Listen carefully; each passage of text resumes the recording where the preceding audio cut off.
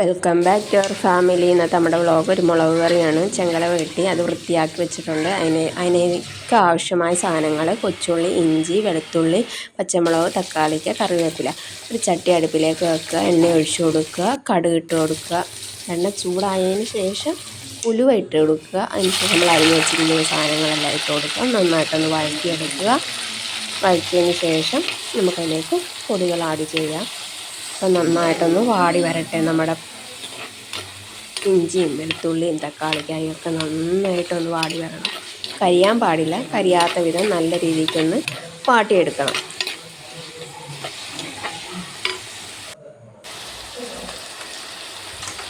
വാട്ടുന്ന കൂട്ടത്തിൽ തന്നെ നമുക്ക് പുളിയും കൂടെ ഒന്ന് വാട്ടിയെടുക്കാം. നമ്മൾ നേരത്തെ വെള്ളത്തിലിട്ട് വെച്ചിരുന്ന പുളിയില്ലേ, അതിനകത്തുനിന്ന് പുളി എടുത്ത് നമ്മൾ ഈ വാട്ടുന്ന തക്കാളിയും കൊച്ചുള്ളിയൊക്കെ ഇല്ലേ അതിലേക്ക് തന്നെ ഇട്ട് നമുക്ക് വാട്ടിയെടുക്കാം. ആ വെള്ളം നമ്മൾ മാറ്റി വെക്കണം കേട്ടോ. ലാസ്റ്റ് നമുക്ക് അത് ഒഴിക്കാവുന്നതാണ്. പിന്നെ അതിലേക്ക് മഞ്ഞൾപ്പൊടി ഇട്ട് കൊടുക്കുക. മഞ്ഞൾപ്പൊടി ഇട്ട് നന്നായിട്ടൊന്ന് വാട്ടിയെടുക്കുക. മഞ്ഞൾപ്പൊടിയുടെ പച്ചമണം മാറുന്നിടം വരെ നമ്മളൊന്ന് ഇളക്കി കൊടുക്കുക. ഇനി നമുക്കതിലേക്ക് മുളക് പൊടി, ഞാനൊരു 3 സ്പൂണോളം മുളക് പൊടി ചേർക്കുന്നുണ്ട് കേട്ടോ. എരിവിനാവശ്യമായ മുളക് പൊടി, പിന്നെ മല്ലിപ്പൊടി 1.5 ടീസ്പൂൺ മല്ലിപ്പൊടി ചേർത്തിട്ടുണ്ട് ഞാൻ.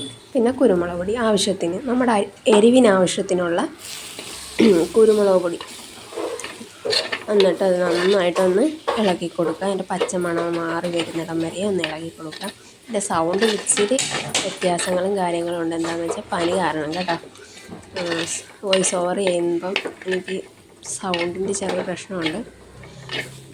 എന്നാലും എന്തെങ്കിലും ഇതുണ്ടെങ്കിൽ നിങ്ങൾ കമൻറ്റ് ചെയ്യണം കേട്ടോ. നമ്മുടെ ഇതെല്ലാം ഇട്ട് നന്നായിട്ട് ഇളക്കി കൊടുക്കുക. ഇളക്കി കൊടുത്തതിന് ശേഷം നമുക്കതിലേക്ക് പുളിവെള്ളം ചേർത്ത് കൊടുക്കണം. വെള്ളം ചേർത്തതിന് ശേഷം നന്നായിട്ട് ഇളക്കി കൊടുക്കണം. കട്ട പിടിക്കാൻ പാടില്ല. നല്ല രീതിയിൽ ഇളക്കി ഒന്ന് നന്നായിട്ട് യോജിപ്പിച്ചെടുക്കുക. അതിലേക്ക് പിന്നെ നമുക്ക് ആവശ്യമായിട്ടുള്ള വെള്ളവും കൂടെ ചേർത്ത് കൊടുക്കണം.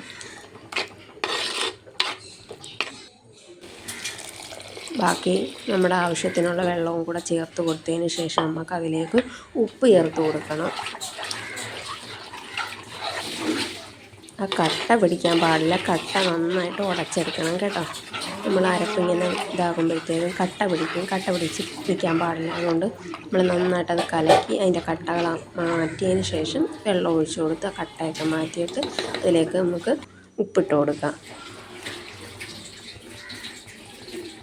ഉപ്പിട്ടതിന് ശേഷം നന്നായിട്ടൊന്ന് ഇളക്കിയിട്ട് ഉപ്പുണ്ടോ എന്ന് നോക്കണം. പാകത്തിന് ഉപ്പുണ്ടെങ്കിൽ പിന്നെ നമുക്കതിലേക്ക് മീനിട്ട് കൊടുക്കണം. മീനും കൂടി ഇട്ടതിന് ശേഷം നമുക്കത് മൂടി വെക്കണം.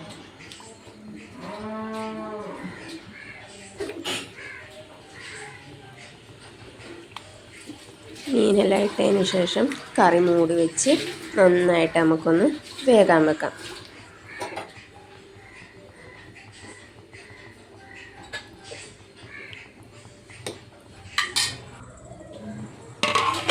കറി മൂടി വെച്ചിട്ടുണ്ട്. നമ്മുടെ കറി തിളച്ചു. എൻ്റെ ഈ വീഡിയോ ഇഷ്ടമായ ലൈക്ക് ചെയ്യുക, ഷെയർ ചെയ്യുക, കമൻറ്റ് ചെയ്യുക, സബ്സ്ക്രൈബ്